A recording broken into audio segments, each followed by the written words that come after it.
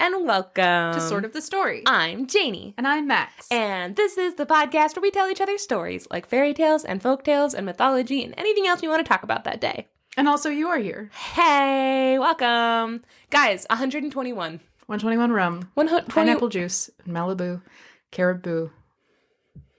Tell us more.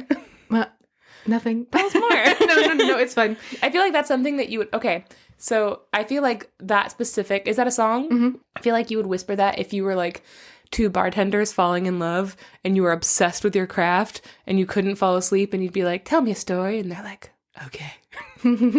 Malibu rum. Caribou.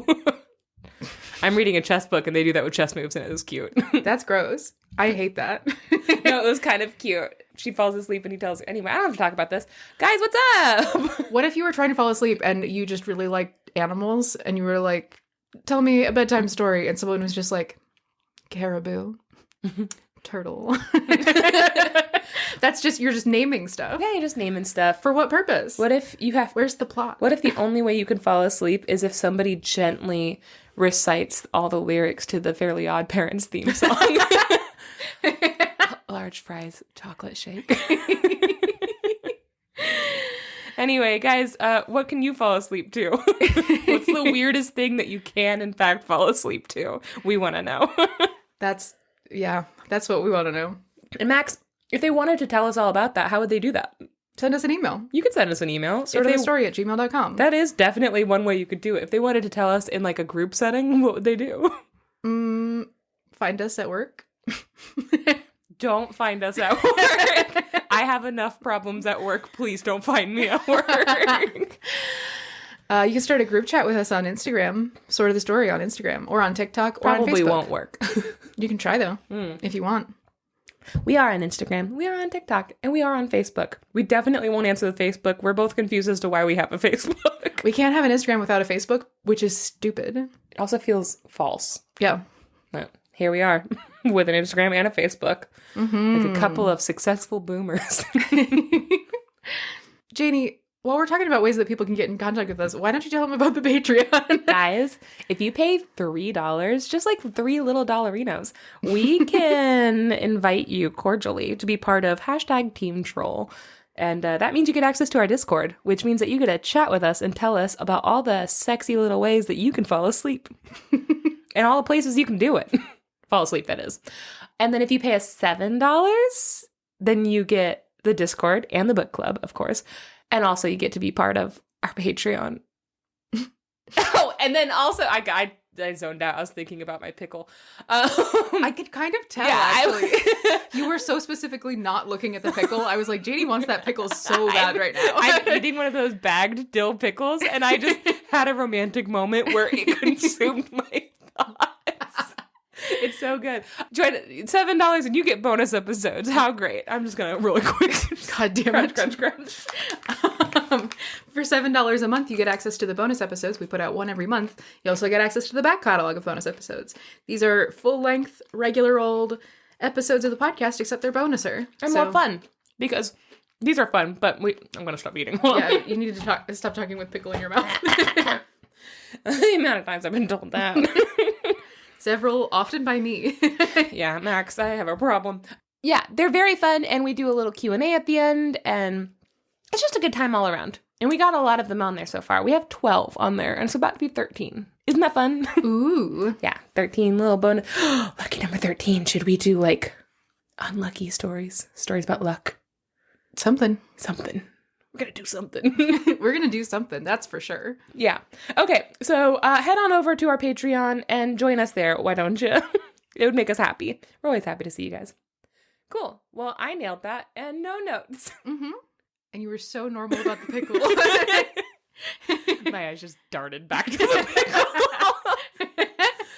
Guys, fair warning, it is 11 o'clock at night when we are starting this recording, so it's going to be a weird one, I think. We both took a lot of naps. But... We took one nap, at least I did, unless you slept during the 50 Shades of Grey marathon we did today.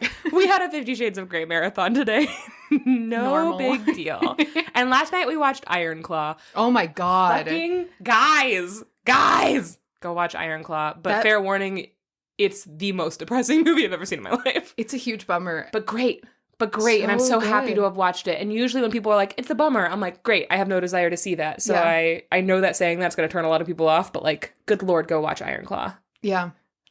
It's, if we try to explain what it's about, it will sound like the most deeply uninteresting thing in the world, I feel like, but the actual movie is so goddamn good. I told my mom all about it, and she was like, I will never watch this. This sounds way too depressing. And I was like, I can't tell you how much fun it is at the same time, though. Yeah. Like, I can't describe to you how heartwarming it is and how Zac Efron needs to win an Oscar.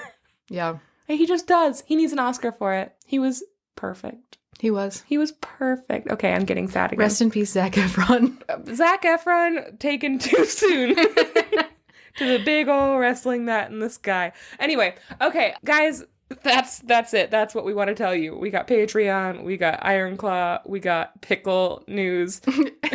We watched 50 Shades of Grey. That's basically all you need to know about our lives. So what's up with you? Having a good day? Let us know. All 3 50 Shades of Grey movies.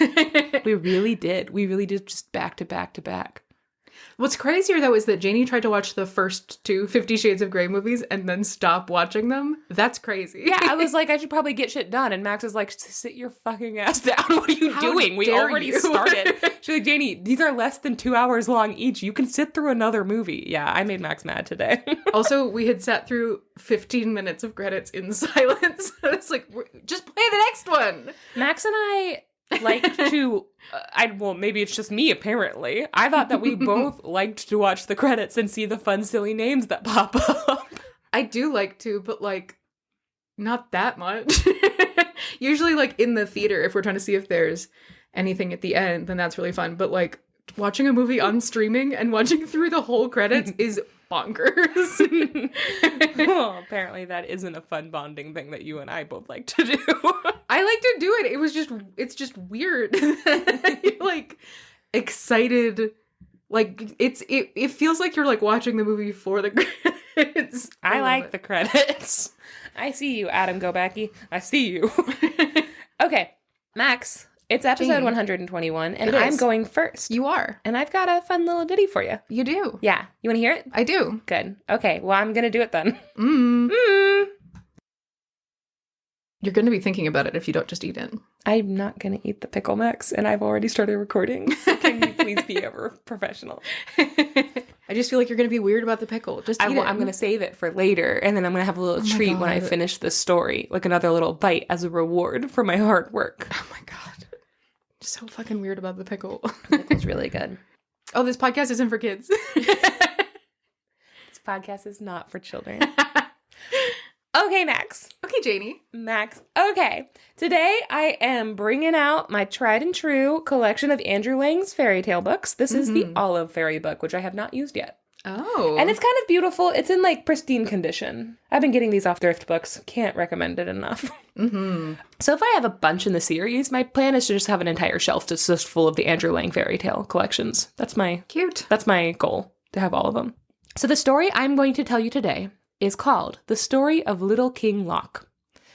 I do not think this is properly named, but I'll explain that at the end. Oh, should it be Little King Key? How dare you? Little King Loc is a national treasure. Don't sexualize him. Max watched 50 Shades of Grey, and now suddenly she's into kink shit. This is how the story starts. 2 or 3 miles from the coast of France, anyone sailing in a ship on a calm day can see deep, deep down the trunks of great trees standing up in the water. Many hundreds of years ago, these trees formed part of a large forest, full of all sorts of wild animals, and beyond the forest was a fine city, guarded by a castle in which dwelt the Dukes of Clarides. But, little by little, the sea drew nearer to the town, the foundations of the houses became undermined and fell in, and at length a shining sea flowed over the land. However, all this happened a long time after the story I am going to tell you. So just, this story is taking place in a city that is now completely underwater and has been for hundreds of years. Secret underwater kingdom. I think it's really cool. I think it's equal parts very cool, but also extremely eerie. Those, like, lakes where you can see full trees or, like, houses or, like, whole cities underneath it. Because there are completely flooded cities now that you could just put your boat over. Like, it's very spooky to me. I just read about what's it called? The Old Man of the Lake. Oh, the big old log that floats around? Yeah, the big old log. I love him. I also love him. If I think about him too hard, I get really depressed. He's just like a piece of driftwood that has been floating up and down, right? It's a full-size tree that it floats up and down in the water because it's like the root ball is underwater and it just stays upright. So it's just like, it looks like a log that's just sticking straight up out of the water. And it's been there for like 100 years. Yeah. Which is crazy. Maybe longer. He just like floats around, hanging out. Old man. I do have an existential crisis every time I think about the Old Man of the Lake. The Dukes of Clerides always lived in this castle right amongst their people, right? This is like historically they've always been there. They are there to protect their people in war and peace, and they're basically loved by this town, and it's a pretty peaceful time. At the time this story begins, though, Duke Robert has just died, leaving his beautiful Duchess to rule in his stead. Because she was so young and beautiful, many people assumed she would marry again really quickly, but she told everyone who asked her that she had only one soul and so could really only have the one husband. Basically, she's like, I could never love again, and why would I? She had a little baby girl, and she was like, this daughter of mine is enough. This is all I need. So don't ask again. I'm not getting married again. Also, if you get married, then they have to be the ruler. So like, no. That's stupid. Yeah, I wouldn't marry either. Her daughter's name was Abil. Abil, in French, means... I don't know. Bee. Aw. I know. Isn't that cute? Like a little bumblebee. Aw. Abilatrice. Abil. One day, the Duchess was sitting in her tower when she saw a troop of horsemen heading towards her castle. Seated in the middle on a white horse was the Duchess's best friend, the Countess of Blancheland. This would be a lot nicer in a French accent. Mm-hmm. You know, I'm like, Blancheland. Blancheland. Comtesse de Blancheland. Who had also been recently widowed. And so not only were they already best friends, but they had both lost their husbands kind of around the same time. And the Countess had a son who was like 2 years old. So she also understood the Duchess's like having a baby and now being widowed and not really knowing how to deal with it. So like these two women are very, very bonded. Mm-hmm. When she saw her friend, the Duchess immediately like ran and hugged her with delight. But as she was celebrating, her friend was like, "Hi, I'm here to talk to you about something kind of serious. Can we sit down?" And she's like, "Okay." And the Countess told her, quote, "As you know, whenever a Countess of Blancheland is about to die, she finds a white rose lying on her pillow." That sounds like they're being murdered. As you know. As you know. That's a serial killer. A serial killer comes in and leaves a calling As you know, I am destined to be ritual murdered. As you know, when you're targeted by the Joker, you get a little Joker card. Like, what the fuck? She told her that last night she went to sleep feeling great, but this morning she had woken up to find a rose resting against her cheek.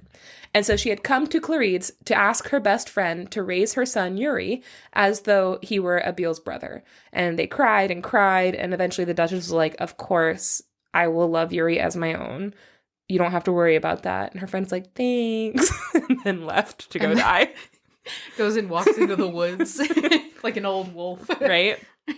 With that, the Countess said goodbye and went home. Like an old wolf.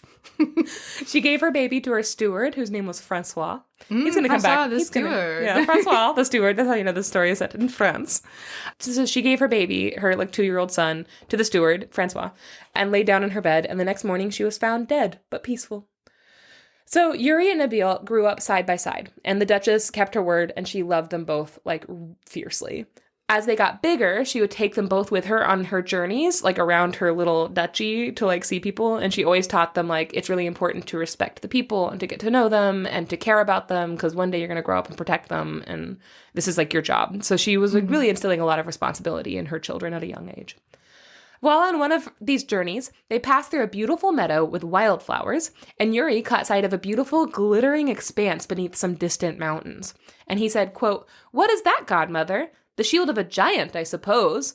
And then Abil twisted herself around on her pony and said, "No, a silver plate as big as the moon." And the Duchess was like, "That's a lake, idiot." You dummies. You dumb fucks. That's water, stupid. Read a book. No, you can't. She's a huge asshole for no reason.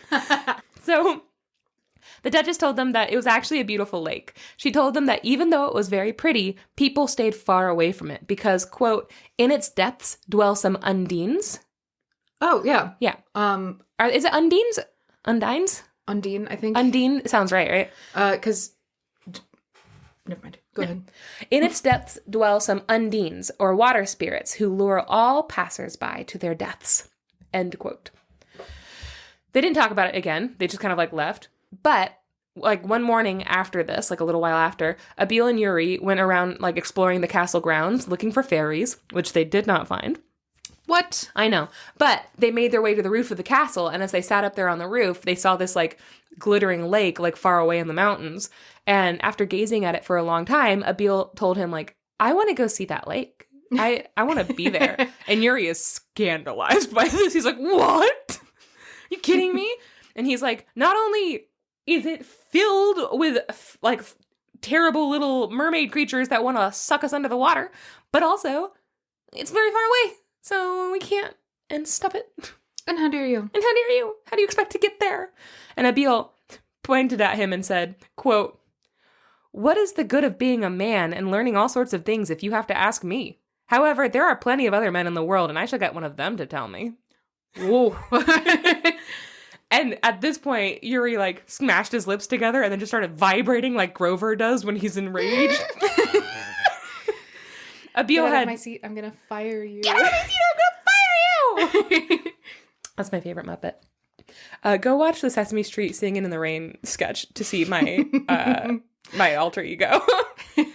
Abil had never spoken to him like this, which was shocking. And also, he was a whole 2 years older than her, and he'd always like had a lot of pride at that fact. And here she was making him feel like a little bitch.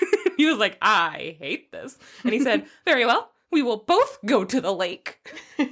So got him. And she was like, now he's sure. doing what she wants. So That'll show her. That'll show her. So the next afternoon, when the Duchess was busy and no one was watching them, he turned to Abil and he held out his hand and he's like, come on. And she's like, what? And he said, we're going to the lake.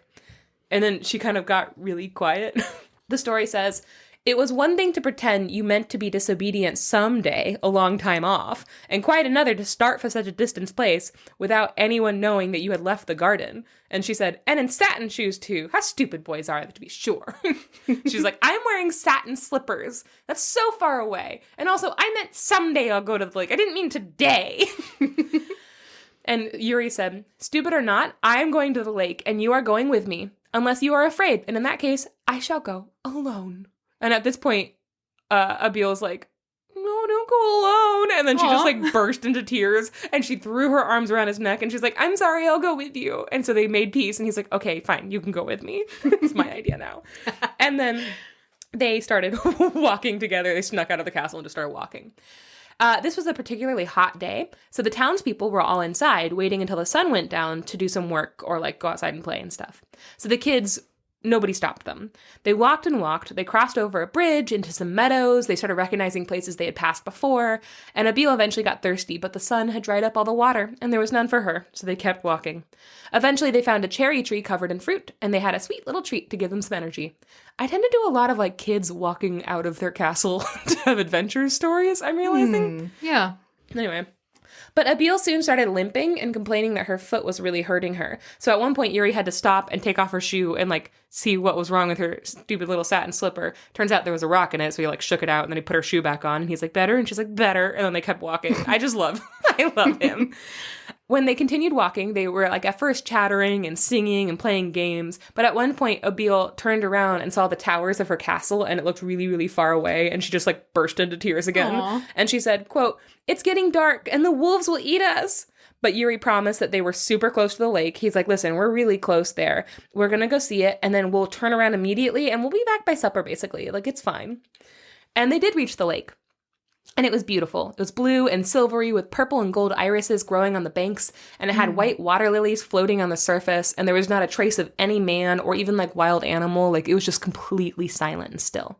Abil pulled off her torn up little slippers, and she, like, stuck her little feet into the cool water, and Yuri went around looking for strawberries or something, but there were none. And so at one point he's like, hey, I noticed a clump of blackberry bushes back there a little ways back. Why don't you wait here and I'll bring them back to you? And she's like, okay. And as he like walked away, she like laid her head down on some soft moss and she eventually fell asleep. And then she had a dream. In her dream, a crow bearing the smallest man that ever was seen appeared hovering for a moment above her and then vanished. Ooh. Some kind of little guy. A little guy, Max. Just hovering. Yuri, meanwhile, was exploring the lake a bit. So he had found some fruit, but when he, like some berries, but when he brought him back, she was sleeping. And he's like, well, I'm not going to wake her up. I'll just go exploring for a little bit and let her sleep. And then I'll wake her up, we'll eat, and then we'll leave. So he starts exploring by himself.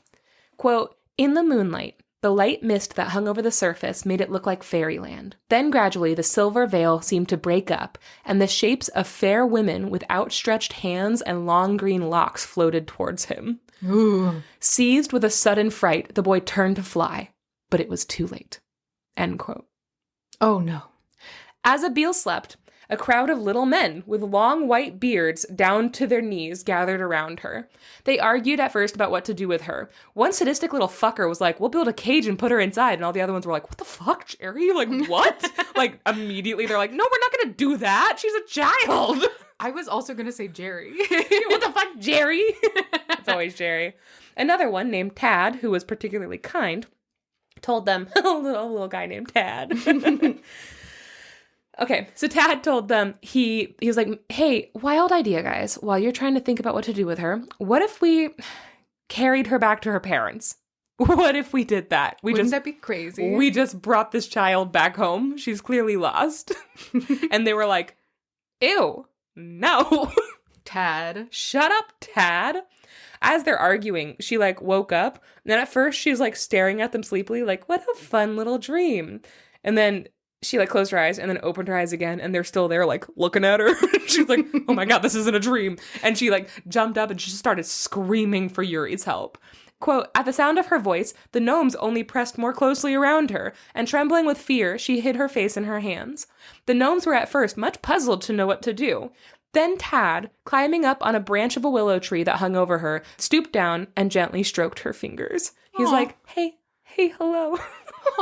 Like they're like on her face and he's just like, hi. Abil understood that they were trying to tell her like they're not going to hurt her. She's like, oh, that's too gentle. So she like slowly uncovered her eyes and she stared at them for a moment, knowing she was safe with these curious little men around her in this like magical enchanting fairy lake. And she said, little men, it is a great pity that you are so ugly. Get fucked. But all the same, I will love you if you will only give me something to eat, as I am dying of hunger. Oh my God, you're fine. I'm also picturing specifically and exactly the gnomes from Gravity Falls who all stack on top of each other. Yes. Yeah. It sucks that you're so fucking ugly. You got any biscuits? This pissed them off. They got kind of mad at her. A lot of them were like, fuck you.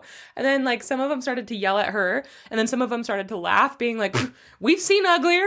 That's like kind of exactly what they say. What? And then some of them start yelling at the ones that are yelling at her. And they're like, don't yell at her. She's just a little kid. And then they're like, shut the fuck up. She called you ugly too. Jerry. They're all named Jerry except for Dad. Jerry, and Dad.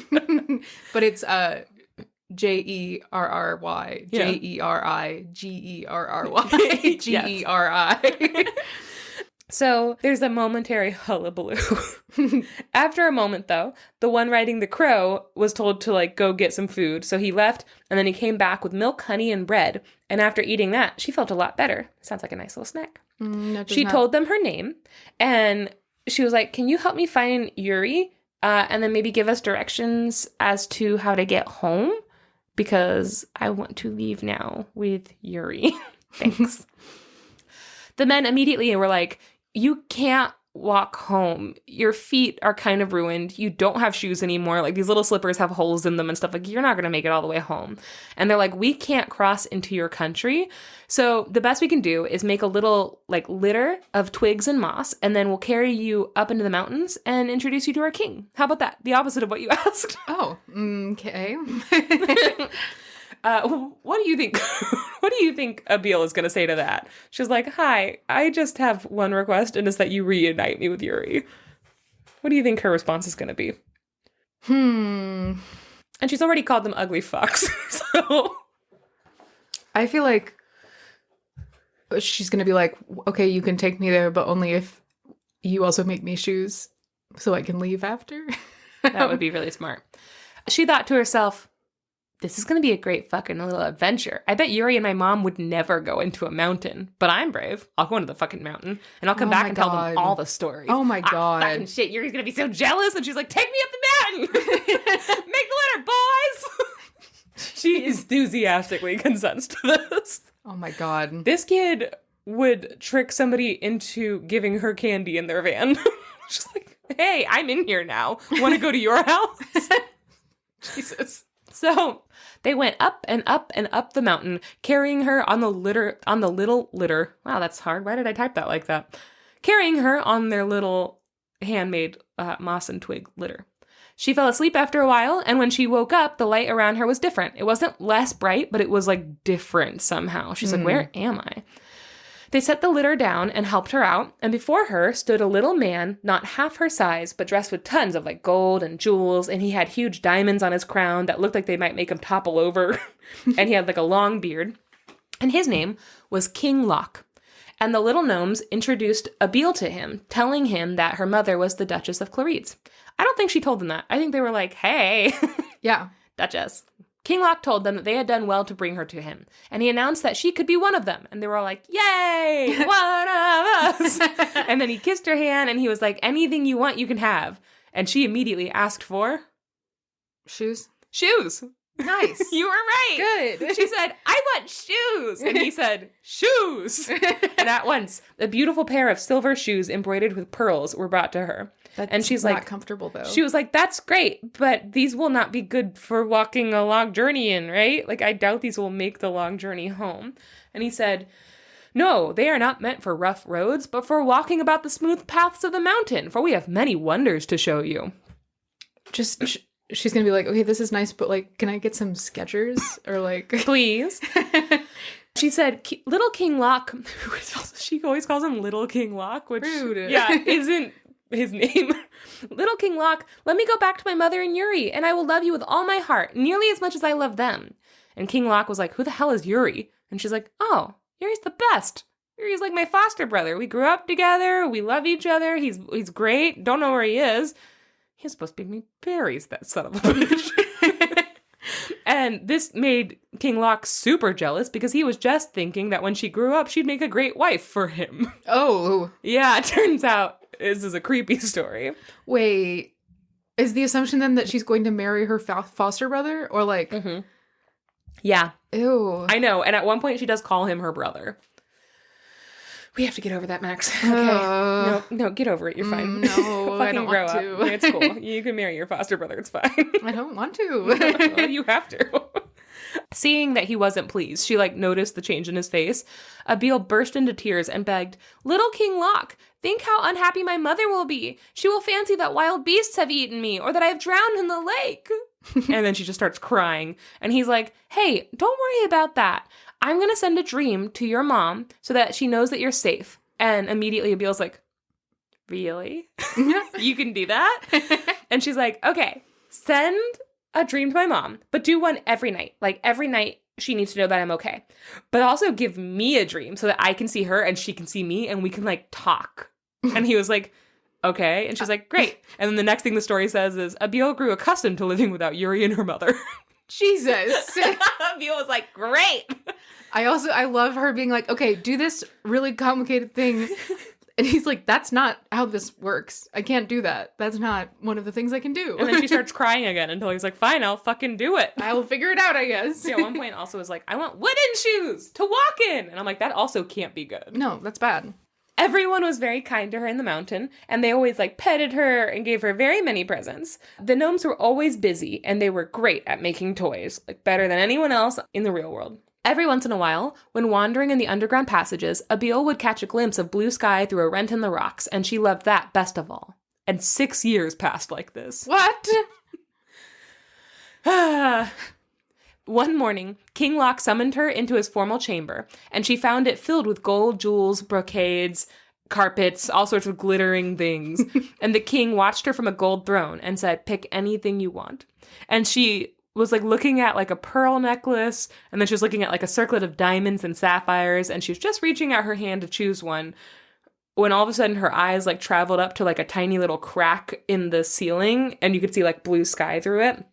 And her hand dropped, and she said, little King Loc, let me go up to Earth once again. And she hasn't said this in 6 years. And King Loc made a sign to his treasurer, who opened up a coffer of precious stones larger than any other in the world. And he whispered, choose what you will, Abiel. And she shook her head and said, a drop of dew in the garden of Clarides is brighter to me than the best of these diamonds. And the bluest of the stones are not as blue as the eyes of Yuri. Aw. And King Loc felt a sharp pain go through his heart. And he told her, only those who despise riches should possess them. Which I think is good. Yeah. He said, take this crown. From henceforth, you are the princess of the gnomes. I want that title. Yeah. Gnome princess. After 30 days of celebrations to honor the new princess, he proposed marriage to her. They were like, nobody was working, just 30 full days of partying. But when she heard the proposal, she refused. She's like, listen, I love you for everything you've done for me. You've given me a beautiful life here, and you're always very kind to me, but I can never love you more than that. I like you as a friend. Thanks. It's not you, it's me. And he sighed, and he said, well, can you promise me something then? When you do fall in love, will you tell me about it? And she said, yeah, of course I will. I know. I like King Loc, sweet. even though he's a weird groomer. That shouldn't be a thing, but this is a fairy tale. After this, even though everyone was still very kind to her, and they were still like, they loved her a lot, and she was given everything she could possibly want, she began to get really, really depressed. Nothing was making her happy at all. Quote, people who dwell under the earth grow up much faster than those who live on its surface. And at 13, the girl was already a woman. She couldn't play with the gnome children anymore. She didn't get joy from anything. Like, just nothing they were doing was good for her, and nobody really knew how to make her happy. Counterpoint, she's living underground and she's vitamin D deficient. Yeah. Your face, Max made a face when I said she was 13, but now she was a woman, was also my face. Yeah. I don't think the story means it that way, but it's creepy. This is the grooming story. Yeah. She went to the king, and she begged him to let her see her mother or she'd die. That night, she's still dramatic. That night, he gave her a dark cloak that matched his own that he was wearing, and he told her to put it on. And they traveled together through passages Abiel had never seen before. And soon she was out in the world again, in the fresh, sweet... in the fresh, sweet-smelling air with flowers and stars, and she was like, oh my god, I'm so happy. It was just like immediately lifted her spirit. King Loc lifted her off the ground, even though he was very tiny. He just like threw her over his little shoulder. And then he carried her quickly across the gardens and through the doors of the silent castle. He whispered to her, he was like, listen, you know how I've been sending your mom dreams every night? And she's like, yeah. And he's like, you cannot physically touch your mom, and you cannot speak to her, or my power will be lost and I won't be able to send her those dreams anymore. Okay? Like, you literally, this is just so you can see your mom, and then we have to go. They got to her mother's bedroom, and Abiel saw her beautiful but really sad mother lying in her bed. And her mother kind of woke up and saw her daughter and like burst into tears, and she stretched her arms out to her daughter.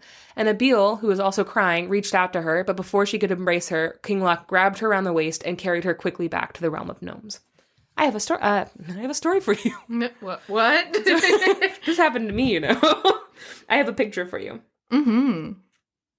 Oh, beautiful. Oh, he's just a little guy. He looks like a little, what are those? He looks like a little Scotty dog. Yeah, he has like a tree bark face, I think. I think that's what that's meant to be. Mm-hmm. He's got like a huge, silly crown. He's very small. He's like older. He has long hair and a long beard and a comically oversized crown. And he is like he's pulling her away, and she's like reaching her arms out back over, like behind him towards her mother who's in the bed. There's a lot of really good like curves, and there's like her hair is flowing in a cool way and her fabric is flowing. So it's just like a lot of movement in how she's reaching out for her mother. Mm-hmm.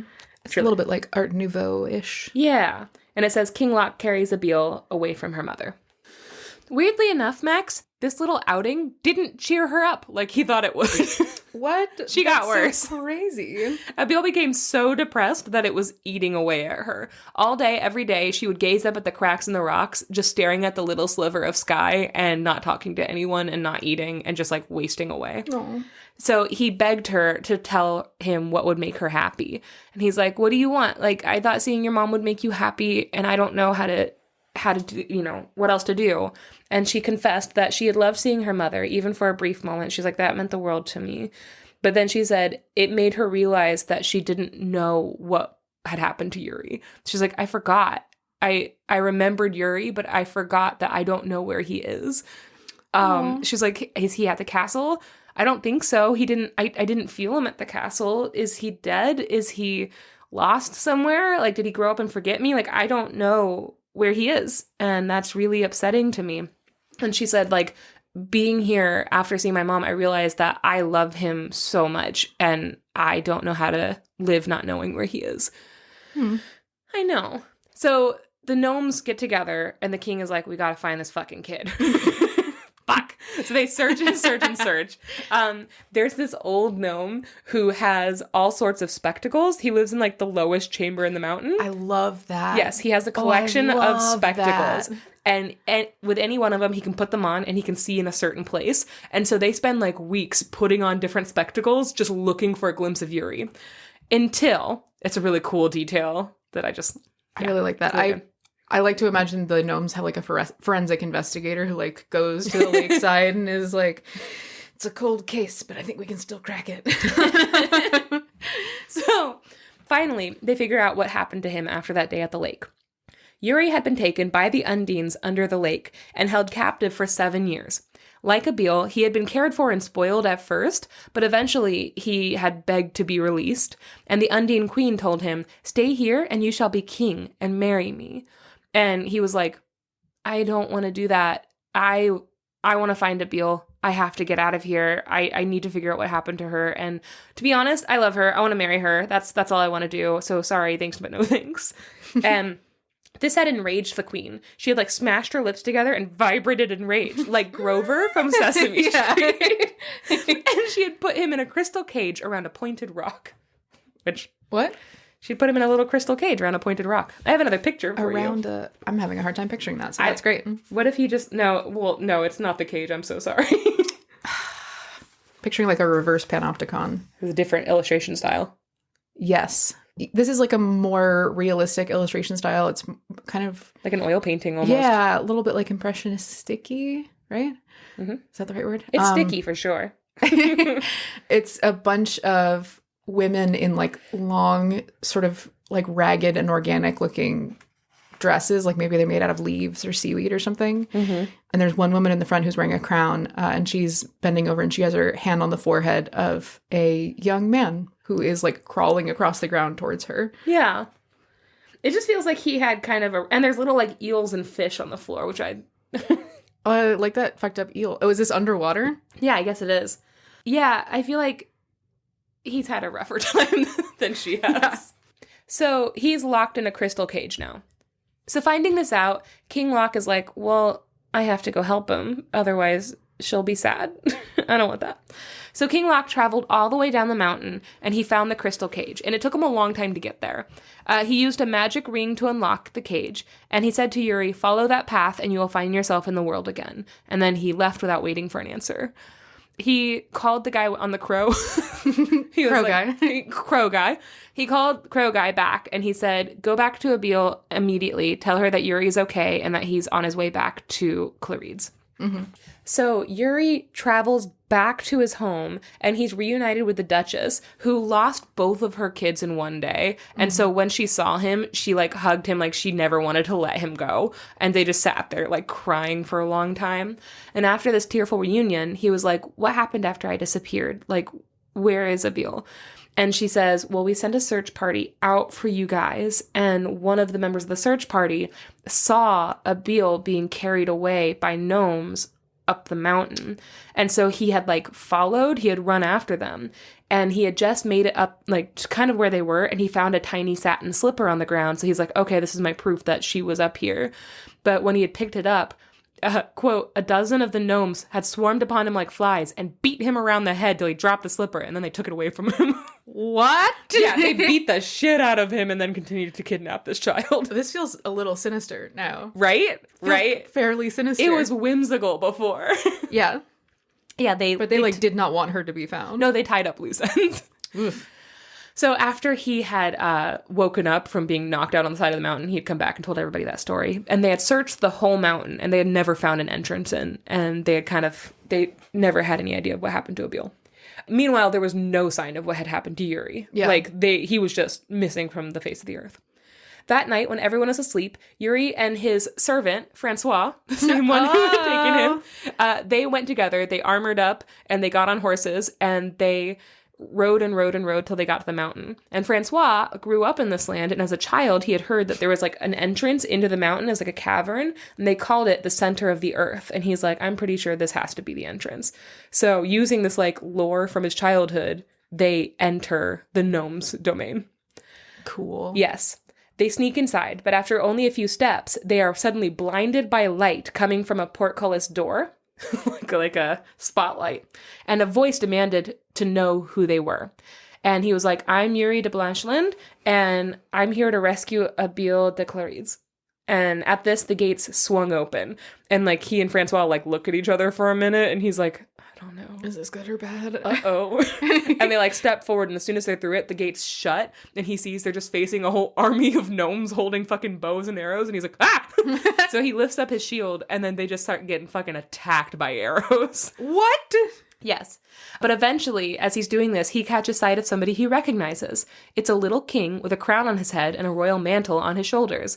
And Yuri, at this point, flung away his shield, and he's like, I know you! And like, he's walking, and he's ignoring all these arrows flying, just not hitting him. And he says, quote, oh, is it you? Is it really you, my deliverer?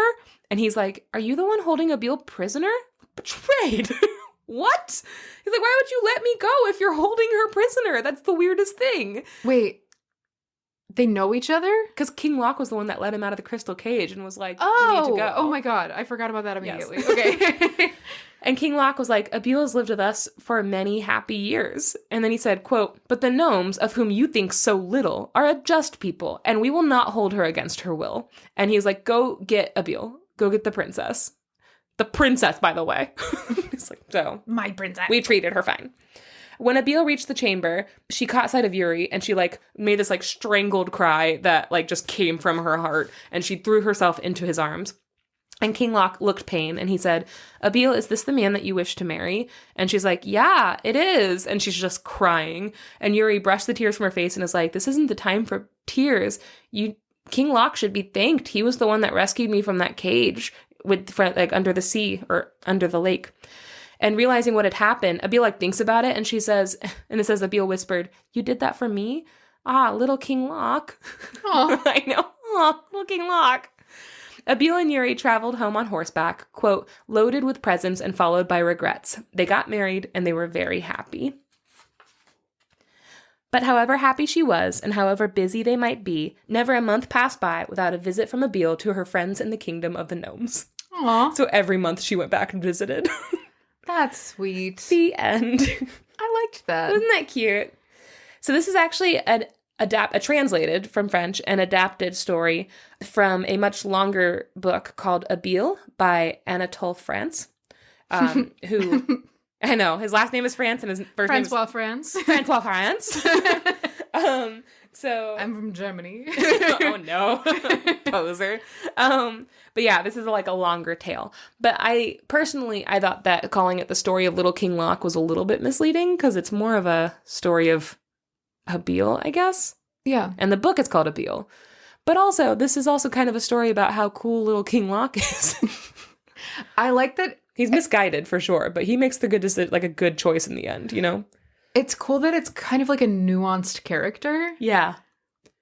That's really cool. You don't see that often in fairy tales of a character who's like, yeah, I know I'm not going to make you marry me. I'm still not thrilled that you want to leave. Yeah. And if I see that you're in actual pain, I'm going to do whatever I can to help you, even though it's hurting me to do that. Yeah, but like, I'm not going to go out of the way to get you together with someone else. Yeah, I'm not going to bring him here and be like, fuck in my living room. Yeah. It's a really cool, it's very nuanced. I like that a lot. Yeah. Yeah, I liked that story. I thought it was like a charming little tale. Made me love the gnomes.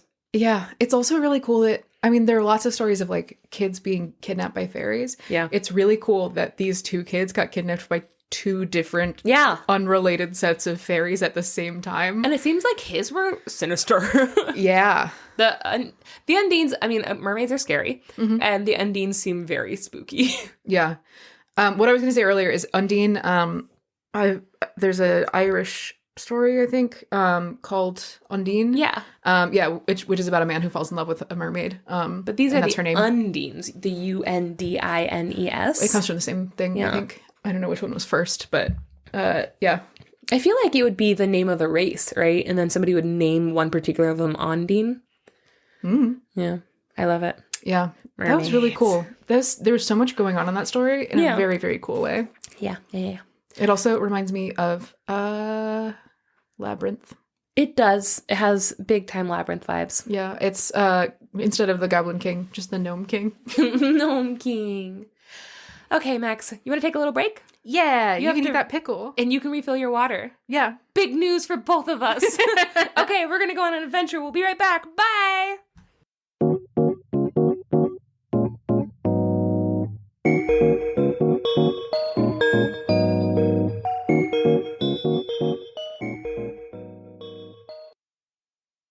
Okay, Janey. Okay, Max. I got a story for you today. It's from Strange Tales from Japan, 99 Chilling Stories of Yokai, Ghosts, Demons, and the Supernatural. You say Siemens?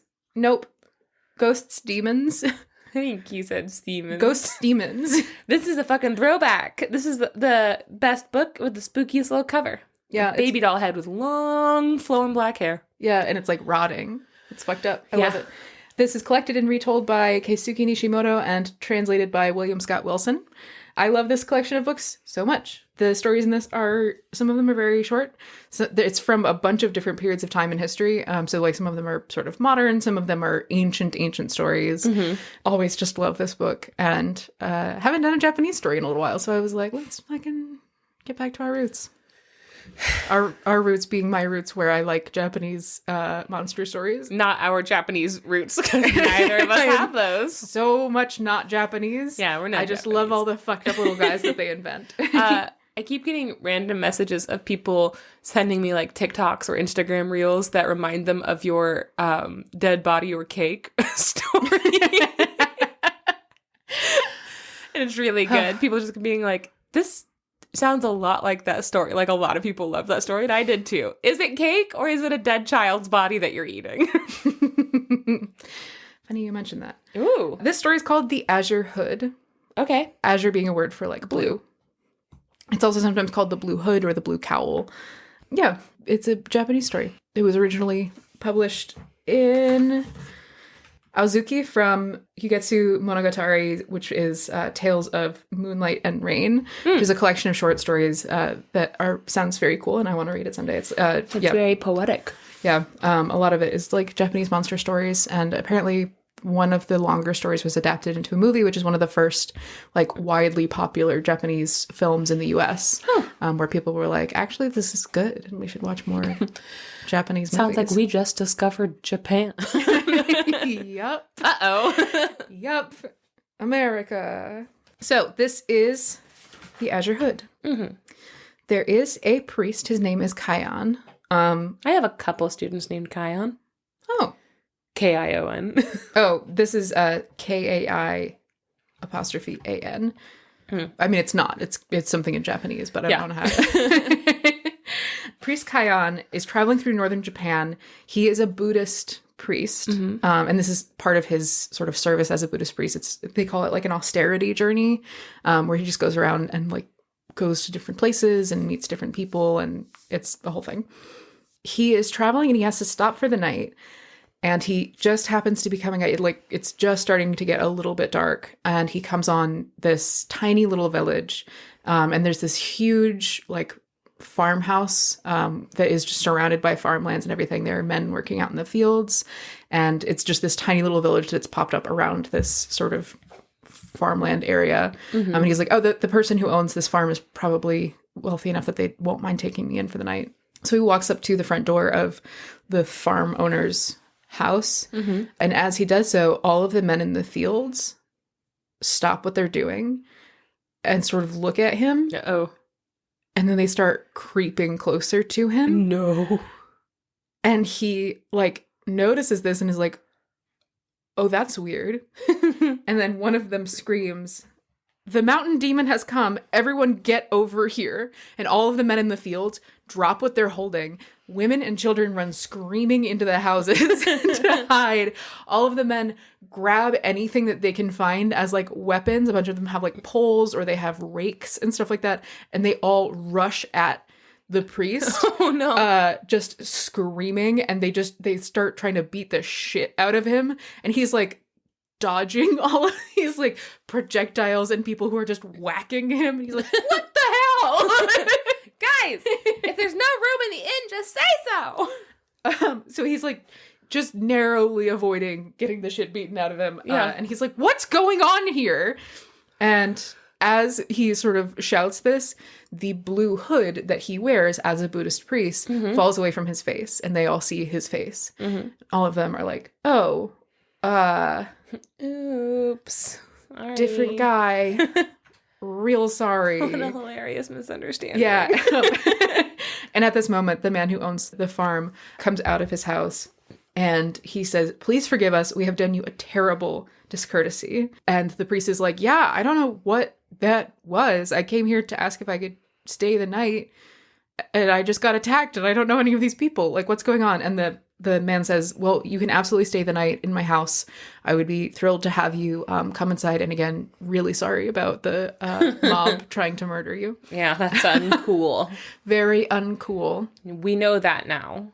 So, don't worry. So they go inside of the farm owner's house and the priest like eats dinner with him and his family kind of in silence, very uncomfortable silence. And as they finish the meal, the priest is like, "So like, what was up with everyone trying to beat the shit out of me when I got here?" And the farm owner is like, "Yeah, that's a fair question. It's a little bit of a long story." He explains that there is a temple in the mountains nearby, a Buddhist temple, and the people in the village had mistaken the priest for the abbot of the temple.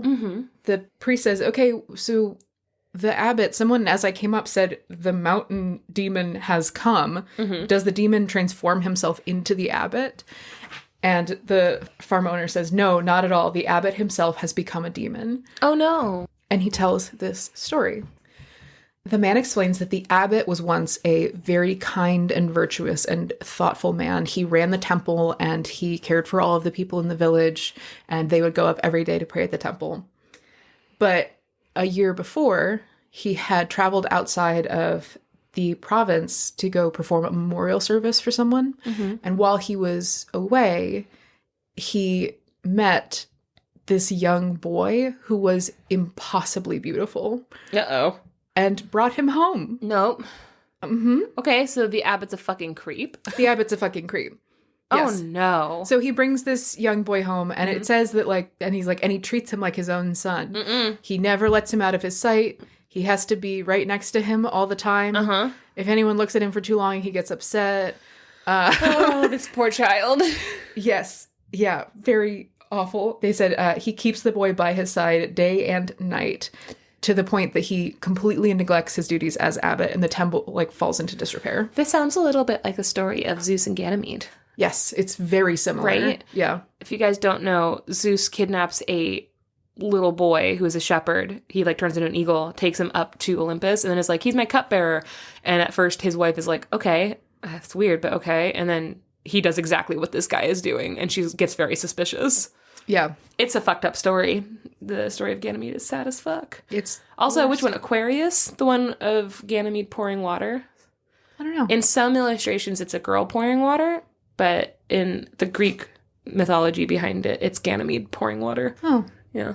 This is fucked up. Yeah, so the abbot brings home this boy and has him around constantly, and always is just talking about how beautiful he is and how he's so happy that he's there, and he doesn't do anything anymore. He has all of his all of his duties around the temple, and he just doesn't do them anymore. He just wants to sit and like look at this boy and like talk to him and everything. And so the temple starts to fall into disrepair and people stop going because because they're all fucking creeped out by this. He's so weird. Yeah. Just a deeply unpleasant person. Mm-hmm.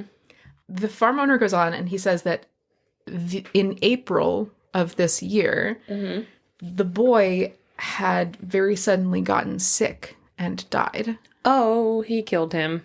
I don't think so. The abbot is destroyed with grief. He is inconsolable. He basically loses his mind.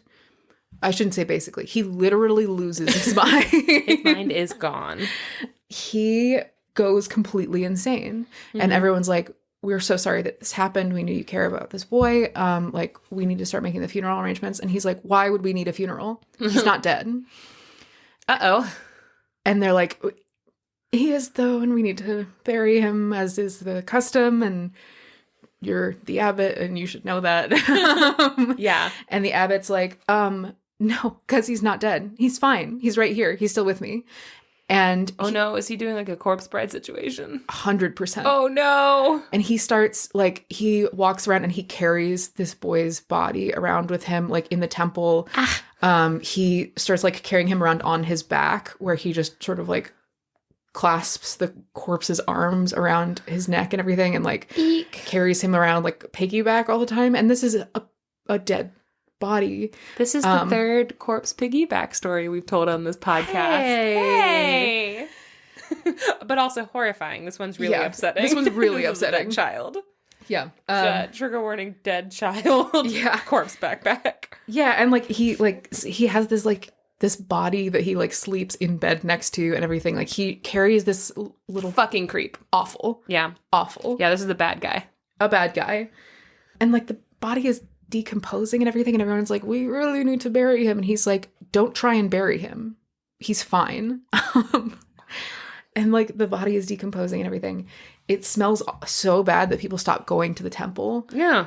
And eventually, at some point, in some kind of effort to keep this boy with him forever, oh no, the abbot starts to eat him.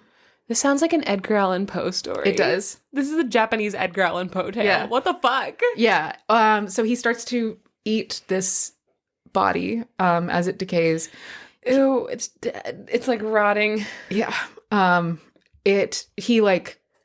He eats all of the flesh, and then he starts to like, once that's gone, he eats the bones. He just like chews them as much as he can. So there's these like heavily chewed on bones and everything. Very upsetting. At this point, this is a little bit like a Chanu story. Yeah. Where this act of consuming human flesh turns him into a demon that eats human flesh. Yeah. Very similar, basically. Yeah, that's the exact same rules. Yeah. You can't cannibalize people, especially your own family. And the story is trying to say that he made him his own family. Yeah. So the abbot becomes a demon that eats human flesh, and that's all he can eat now. So often he goes down to the village and he goes to the graveyard and finds people who have been recently buried and digs them up and eats them, because that's all he can eat. Well, he's not snatching live people yet. So the villagers, like, nobody will, I mean, obviously no one's going to the temple, but also like they won't go out at night anymore, because he always comes at night to the graveyard and like digs up bodies and eats them, especially the recently dead. They won't come out at night. Like, word of this ghoul travels around, so nobody even like travels through the village anymore. They will go all the way around to stay away, right? Which is why they were so surprised when the priest stopped, and also he had the same blue monk's hood as the abbot did. Yeah. So there was no thought in their mind that this was a traveler. Mistake. Yeah.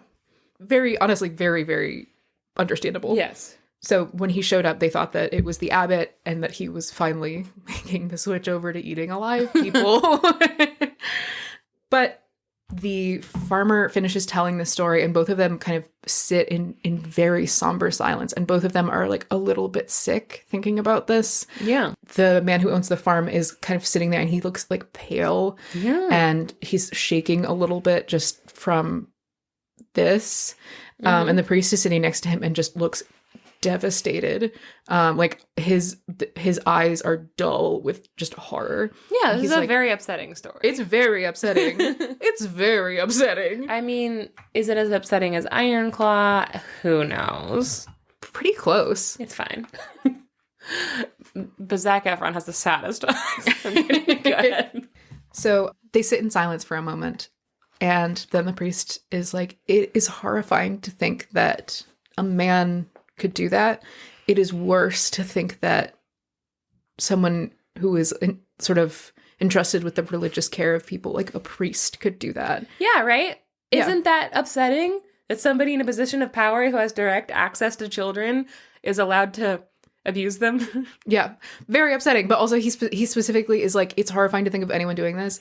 It is even more horrifying to think that this was a priest. Yes. And I love that they say that. Yes. Yes, your position of power matters. It makes it more egregious. Yes. The reason why a lot of times in true crime, people will get harsher sentences if they are in positions of trust to the victim. Yeah. So like family members will get harsher punishments if they hurt another family member, or like priests or cops or people who you are supposed to inherently trust. Mm-hmm. Good. Doesn't happen enough. Anti-incarceration penal system in America is broken, but also if you hurt kids, Fuck die. you. Yeah, immediately. Immediately. Hot take. So they sort of sit in this heavy silence, and the priest says, but through Buddha, I mean, we can try and bring him back. Like, even this, like, Buddha forgives, Buddha heals. Even this man, as awful as he is now, can be healed, and it's my job to try and help him. Yeah. And to try and bring him back to himself and help him to atone for what he's done. Yeah. And the man who owns the farm is like, well, anything that you can do, we would be so grateful, because this is ruining our lives. We're so afraid to be here, and we don't know what to do. So if you can help him, please try. Yeah. So the next day, the priest leaves. He walks up the mountain towards where he's been told the temple is. He walks for a very long time through the forest, and finally he comes to this temple, which was at one point a very well-appointed Buddhist temple in the forest. You know, very like pretty big, pretty nice for where it is, kind of in the middle of nowhere. Mm-hmm. But it is in ruin. It is overgrown. He can see like the front door. The front is like open, and like there's grass and weeds creeping into the temple itself. There's like vines that have crawled up over the walls and everything like that. And some of the stones of the temple have fallen down and like have been there for long enough that they're like sunk into the earth and have plants growing over them and everything. Mm-hmm. This is a ruin, and nobody has been taking care of this for a long time. Yeah. So he goes into the temple, and he stands in the front hall, and he calls out, I am a priest on a journey, and I would like to stay here for just one night. And he doesn't hear anything. Mm-hmm. And so he clears his throat. He's like, hi, I am a priest here on a journey, and I would like to stay this one night. And he hears nothing. He's like, hello? I'm a priest. Ding dong. Yeah. And he finally calls out loud enough, and he hears something shuffling back further in the temple. Mm-hmm. And this creaky, hoarse, unsettling, slightly inhuman voice comes out from the shadows at the back of the temple. And it says, as you can see, this temple is nearly in ruins. I have no rice or bedding, so go somewhere else. And this man totters into view. And it's this older man, and he is emaciated to the point that he is almost unrecognizable as like a human. Mm-hmm. And he comes out, and he's, first of all, a big thing in Japanese stories, like refusing hospitality to someone. Yeah. Huge no-no. Yes. The biggest no-no. And he just sort of flippantly is like, well, I don't have any bedding and I don't have any rice. So no, go find somewhere else. But also, I mean, He's already eaten a child's body, so like No, but like the hospitality rule, I feel like is no, for sure. Yeah. Like, but it's just it's an indication of the fact that like he's not pretending to be human good at all. And he's just this like man who is hunched over, and in spite of being like very physically frail, he has these dark eyes that like flash with malice. Mm. And so he says, like, you have to go find somewhere else. I don't have anything here for you. And the priest says, I don't need rice and I don't need bedding. I just need a spot that I can sit in and rest for the night, and then I'll leave in the morning. And the abbot said, like, snorts, and he says, if that's so, then go and lie down wherever you like. And he like walks back to where he was, and the priest follows him to like a little bench where the abbot has been sitting, and the priest sits down next to him and like gets comfy. The abbot like refuses to acknowledge him, and so the priest just like sits down. He like sits in meditation basically, and he just doesn't move, and the abbot also doesn't move, and they just sit there being mad at each other kind of, until nightfall. And as the moon comes up in the sky, the abbot stands up and he shuffles over into the next room in the temple, and the priest doesn't hear anything for a while. And then the abbot comes back out, and his features are even more exaggerated in the moonlight. He's like even more pale, and like his bones stick out even more, and his eyes are even darker and more hollow in the moonlight. And the abbot comes out, and he says in a voice even stranger than before, he like casts his eyes around the temple, and he says in a very like strange alien voice, that stinking priest, where did he disappear to? He was just here a while ago. Uh-oh. And he starts like looking around the temple, and the priest is sitting in the same spot that he was. Oh. And the abbot is walking around, and he's taking like rocks and things that have fallen from the ceiling of the temple, and he's like throwing them around. He's like digging through things to try and find him. He's like running into corners and like he's checking all of the rooms, and he's just growling and cursing and like casting about this entire place. He goes outside, and the priest hears him like swearing outside in the garden and like ripping up plants and everything. And he's not moving. Yeah. He's being completely silent, but he's like in the same spot that the abbot left him. The abbot comes back in and is just like continues like throwing things around, and he walks like inches away from the priest and doesn't notice him, and the priest doesn't move. And then the abbot, like furious, he goes into the middle of this entry hall, and he starts to like, he's been kind of like picking things up and like hunched over and like checking the ground and everything. And then he starts to this like weird, like crawling, jerking, hunting that he's been doing. Yeah. It starts to turn into like a dance. And so he just stands in the middle of this entry hall and does this like awful, inhuman dance that feels like frenzied and insane. And he keeps doing this for a long, long time until like all the strength in his body gives out. Mm-hmm. And he sort of crumples into a heap and starts like panting on the floor in the middle of this entry hall. And at this point, it's almost morning. When you say dance, like, does it just like jerky, like seizure movements? Or are you imagining like a flowy dance? I think it's supposed to be like a demon dance, kind of. Okay. I don't know much about how dance works into like stories about demons in Japanese stories, but it feels like it's supposed to be him sort of like being possessed by the spirit of this demon and just doing this like awful. This could work into dance. Like, I don't know if this is ever like a kabuki. It like sounds thing, like a kabuki thing, yeah. This would be a really good. That's what it sounds like. Anyway, sorry, keep going. I was just trying to imagine what dance. Yeah, I'm picturing like it's almost like he's like got this spirit in him, and he's like exhausting himself with madness, sort of. Yeah, it's very weird. It's not described more clearly than that in the story. You know what it reminds me of? What? Jean de Bordeaux. Remember when he goes into the church and the devil is like, I'm going to find you. And he's just like standing in that statue with his head sticking out, and the devil searches for him until midnight. Mm-hmm. That's what it reminds me of. Very similar. Right? Yeah, 100%. Yeah, so the sun is just starting to come up, and the old man in the center of the entryway is sort of like panting in an almost like animal way. Yeah. And the sunlight creeps in through the windows of the temple and finally reaches the abbot in the middle of the floor. The priest is still sitting exactly where he was and hasn't moved. But the sunlight like reaches the abbot, and he sort of like sits up, and he looks very confused. Yeah.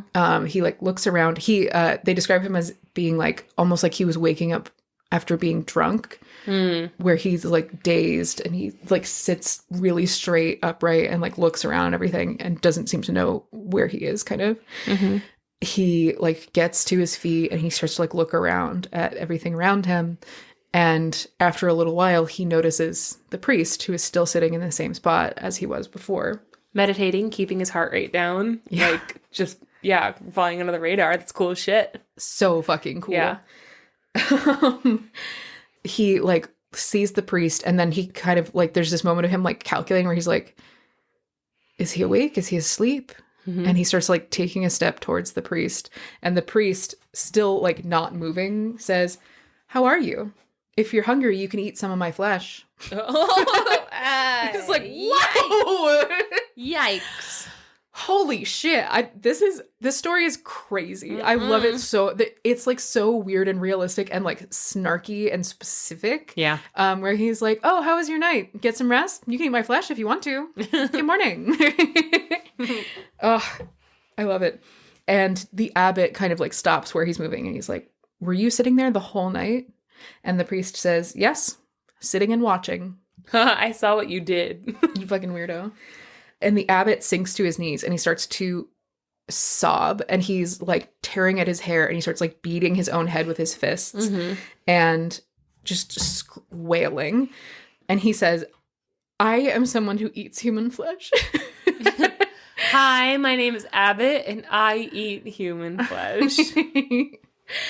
He says, I would never eat your flesh, though, I don't think. Because you're not a child.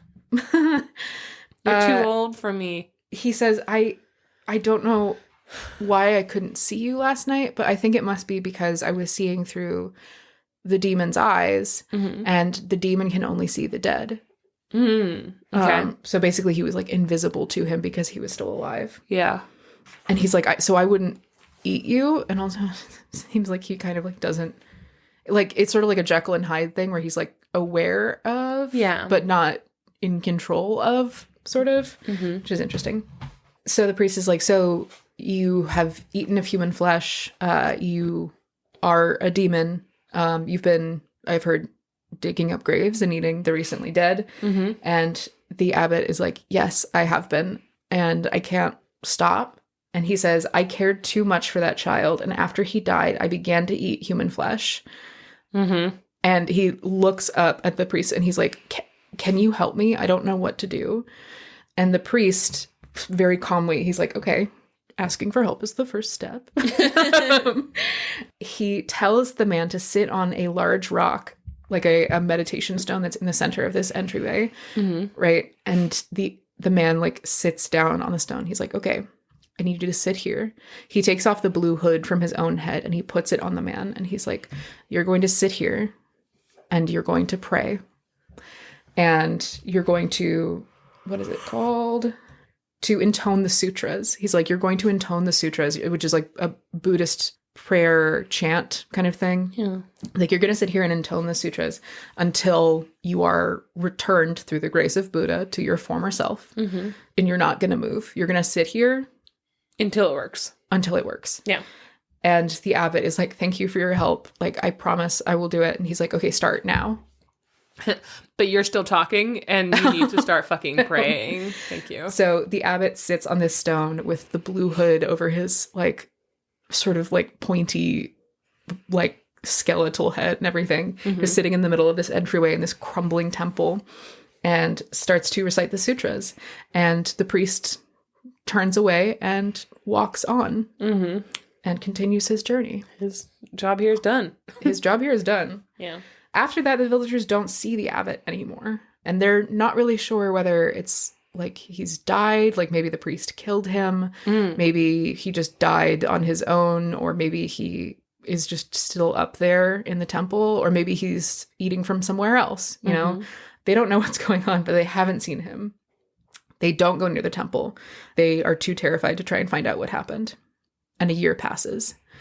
At the end of a year, the priest is coming back through on his journey, and he stops in this village, and the alderman, I can't think of that word this whole time, the alderman, the man who owns the farm, he like stops with the alderman, and the alderman is like, thank you so much again for helping us last year. We haven't seen the abbot since then. So whatever you did, it must have worked. And he invites the priest in to stay the night. And he just tells the priest, like, nobody's seen him. We don't know whether he's alive or dead, but we don't go near the temple. We still don't go out at night if we can avoid it. But it sort of feels like things are getting down. Yeah. And the priest is like, well, I'm here. So while I'm here, I'm going to go up to the temple, and I'll figure out for you what's going on. So he stays the night, and the next day he makes the walk up the mountain to the temple again. And he walks in through the crumbling like entryway to the temple, and it's even worse than before. Like the weeds are as tall as a man at this point. Yeah. Like more of the stones have broken away from the walls and everything. It is just completely overgrown. It looks like a ruin. It's been like this for 2 years basically. And it really looks like it's sort of just returning to nature. He walks in through the doors, and he hears like a low sound, and he sees sitting in the middle of this entryway, this like hall, he sees on this stone that is now covered in moss is this old man still sitting there with the blue hood, completely skeletal, like just skin stretched over bones, still intoning the sutras. He's alive? He is alive. Oh, fuck. He's sitting on this stone in the middle of the hall, and like the moss has grown up the stones and is starting to grow onto him, and he's just continuing to recite the sutras. The priest takes this in for a second, and then he says, "What? You've still not regained a human heart? You stupid old man." And he comes up. What? And he takes his walking staff and he hits the old man on the head. And the old man shatters like ice. Oh! Leaving behind only like bones and then this blue hood. What the fuck? What? The story explains, he's like, if he had been repenting, he would be cured. He had been sitting up here pretending for a year, and there's nothing you can do to help someone like that. Like, he didn't want to be better. And this is a story about a pedophile. Yeah. And I'm sorry, there's no fucking coming back from it. I love this ending of this story. Great. They're like, great. Oh, you're not actually trying to be better, so no, you don't get to sit here and keep pretending that you're a good person now. You die. I was ready for the story to be like, and then he was relieved from the curse, and he was like, thank you, and he moved on to have like a great life. And I was like ready to like resign myself to the fact that that is a sign of the times that these stories were written. I love that they were like, and it turns out shit still stinks. Yeah. And we fucking killed him. Yes. Great. I fucking love that ending of this story. Wonderful. Shocking. Yeah. Wonderful. So after this, he goes back to the village. He tells them what's happened. They all rejoice that this is finally over. They go up the mountain, and the whole village comes together to rebuild the temple. And the priest moves into the temple and looks over these people. Good. And protects them for the rest of his days. Good. And he clearly has no fucking fear. Yeah. I love it. I fucking love this story. That was fantastic. That was so good. It was so good. That was so good and so shocking. And it did not go where I thought it was going to go. It went to so much of a better place. Yes. Loved it. I love that ending. Big fan. I love it so much. I love, this is a wrathful and vindictive thing of me to think, but I'm like, yeah, sometimes people can say that they want help and still not actually want to get better, and you don't have to keep trying with them, you know? Yes. Like, yeah, no, it is not your responsibility to fix people. At a certain point, they have to fix themselves. And if they don't want to, and they're a danger to others, then they can't be allowed to continue to be a danger to others, you know? Yeah, this does start a whole debate. Yeah, I mean, it's like a whole moral issue, but it's also, that's not a perspective that you see in a lot of It's really folk not. tales. Like, that's something that I believe. I'm not saying that it's morally right. I'm just like, yeah, but also, like, personally, I'm like, if you're a pedophile, you should be dead. That's you it. should be killed horribly. Well, I feel that way about sex crimes in general. Yeah, just in general. This is a controversial thing. I feel like sex crimes are a lot of times worse than murder. Yeah. But, you know, I have I love it. But after reading so much Greek mythology and seeing how specifically pedophilia and just sex crimes in general is like normal. Flippant. Yeah, and normal. And it's not the main plot, and it's definitely not punished, and it's all this sort of things. Seeing all that, that's what I was just so ready to accept that. Yeah. Do you know what time period the story is from? I don't, but I can find out really quickly. I love this fucking story. Please look it up. I want to know what year this was. Everything about this. What is it called again? This is called the Azure Hood. Or the Blue Hood or the Blue Robe.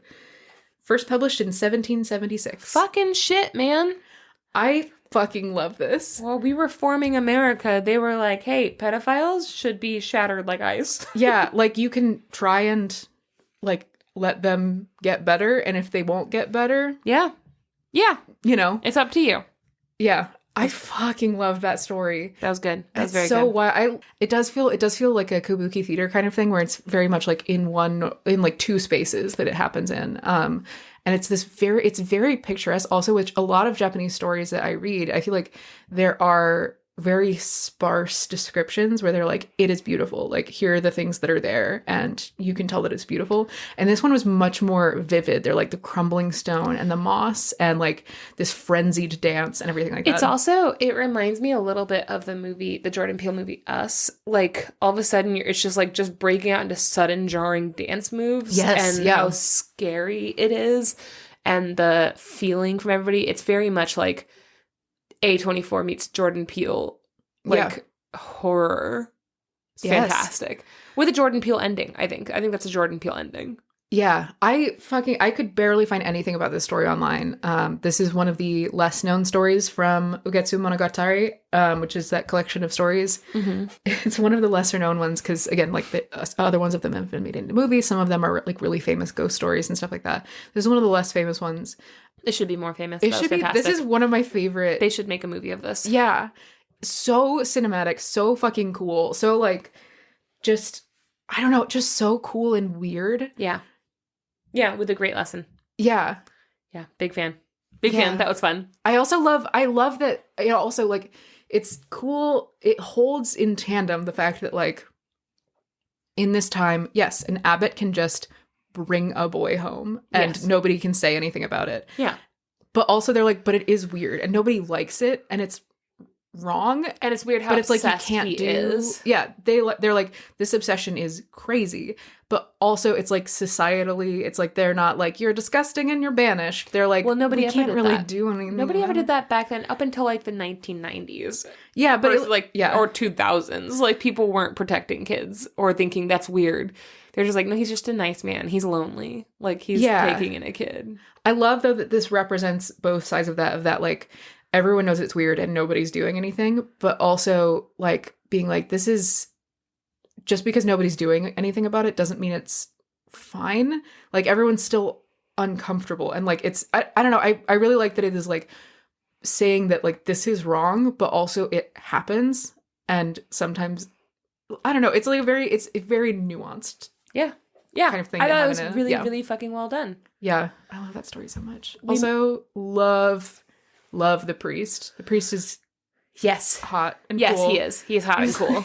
Yeah, he's fucking rad as hell. Yeah. Big fan. Him like pretending to be asleep and the guy being like, ha ha ha. And then he's like, oh, good morning. How'd you sleep? Would you like some of my flesh? You must be hungry. Like, fuck. So good. Oh, I want a movie of this so badly. Also, the fact that he saw him in his demon form, right? Like, he saw, that was the time when the demon took over. But the next morning, he was talking to the man. Yeah. And you know he was talking to the man because the man lied to him and said, like, I just really want to be better. Like, can you help me? Yeah. Can you do this? No, he didn't want to be better. Mm-hmm. Yeah, he deserved the chance to try to get better, but when he didn't take it, Yeah. You know. Or when he tried to fool everyone into thinking he had. Yes, exactly. Yeah. I just...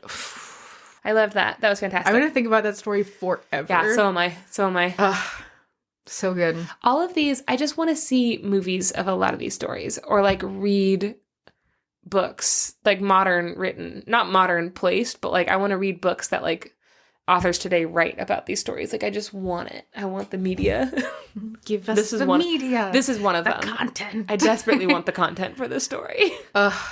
It's so cool. And also, I don't know why, but just the imagery of like, I just fucking want to, I wish I could paint so I could paint this, of like this like broken down temple that's like overgrown with weeds and everything, and a big stone in the middle with this like skeletal form of a man with this like big with the blue bright cloak and everything. Oh, the bright blue cloak standing out against everything else. It's a cool fucking image. Yeah, all of it just like decay, and then this almost sort of like silly detail. Max, you've taught yourself Photoshop now. You could totally do it. Maybe. You do it.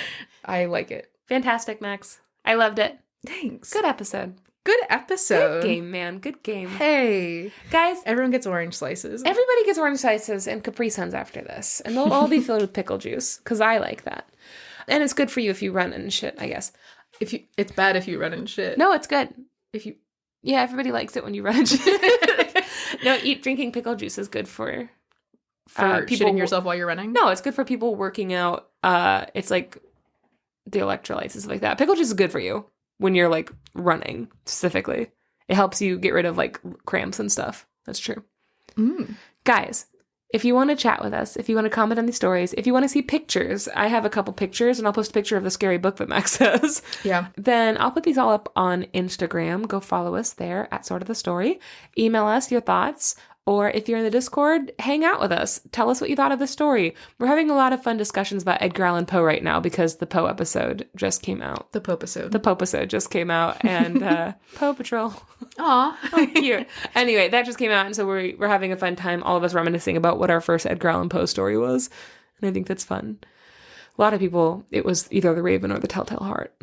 Yeah, I don't remember which my first story was, but I remember my first... I think that the first story... was The Telltale Heart that I yeah.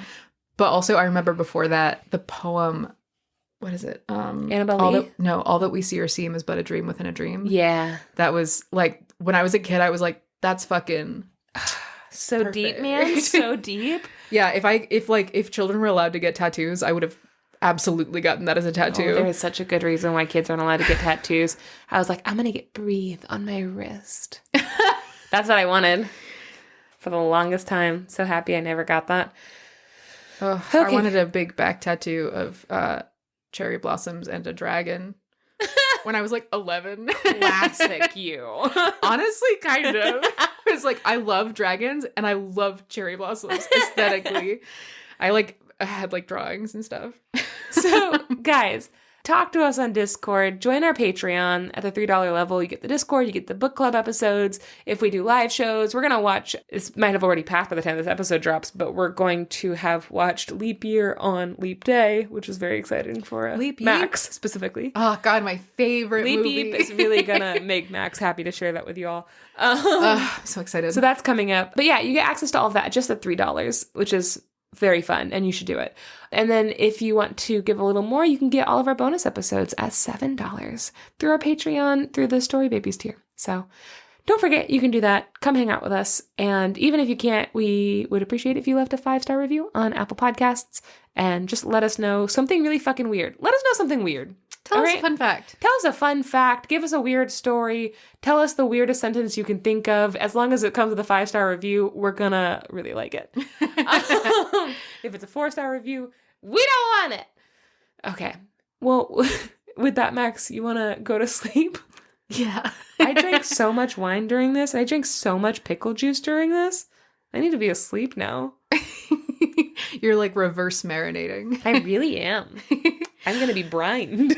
I just found out about this cooking technique called velveting. Oh, yeah. Velveting meat. It's specifically used in like stir fry where you soak the meat in something alkaline, like, what did I say? Baking soda? Baking soda or like cornstarch, egg whites, stuff like that. And it like kind of like chemically tenderizes the meat a little bit, so that when you do like a stir fry, which is like really high heat, you have to cook everything really quickly. It doesn't make the meat. It keeps the meat from getting rubbery, and it also helps it absorb flavor better. It's cool as shit. I know, it's so fucking wild. I've never heard of it before, but I'm gonna do it now forever for everything. Yeah. Yeah. Anyways, I don't remember why I was saying Yeah, that. what was in reference to? I'm trying to remember what that was in reference to. Oh, because I said you were marinating yourself from the inside. Oh, that's true. I'm being brined. Aw. Okay, I'm being velveted from the inside out. Aw. Eating baking soda by the spoonful. It's delicious. Okay, guys. Have a really great week, and we will see you in March, I guess. Yeah. If it's not already March, it's probably already March by the time this Nope. This comes out on Leap Day. Leap Day. Guys, join the Discord so that you could be part of our movie night. It's happening tonight on February 29th. Leap yeep. Leap yeep. Okay, we'll see you later. Goodbye. Bye. They should make pickle juice Capri Suns.